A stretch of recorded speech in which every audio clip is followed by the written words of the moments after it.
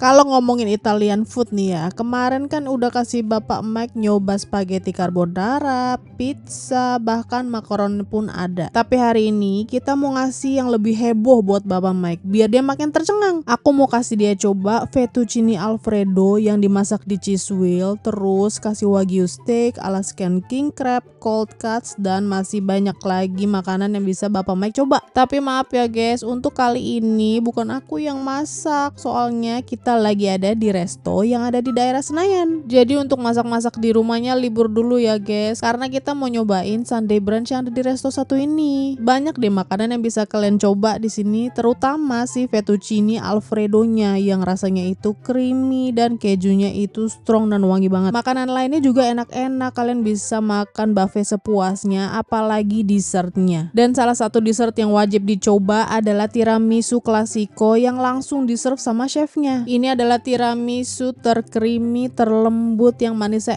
enak dan pas. Jadi kalau kalian lagi nyari restoran buat makan siang di hari Minggu, cocok langsung aja ke Il Mare Italian Resto di Hotel Mulia.